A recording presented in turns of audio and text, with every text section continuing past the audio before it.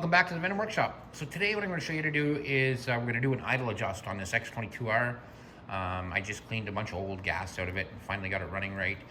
But the idle's a little tiny bit low, so I'm going to show you how to set the idle on that today.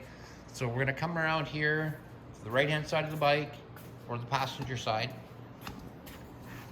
And we're going to go down to the carb here, and then I'm going to start the bike. I've already let it warm up, so it's warm enough now to set the idle.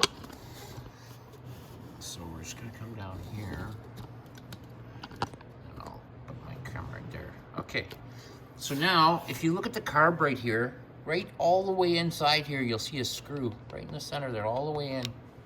That's your idle screw. So I'm going to go ahead and I'm going to start the bike, and then we're going to set the idle to about 1500 RPM. So let's get the bike started. Okay, let's start it up. So I'm holding the gas right now, but I want to actually turn this up a little bit so that I don't have to hold the gas to keep it running. So if I turn it clockwise, the idle will go up. You'll hear already the idle's gone up.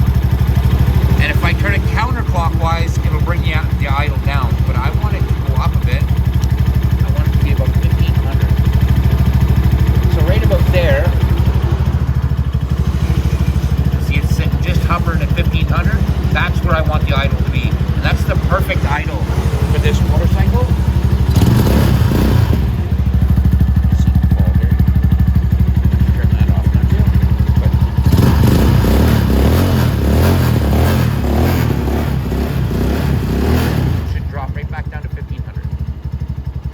Guys, that's how you do an idle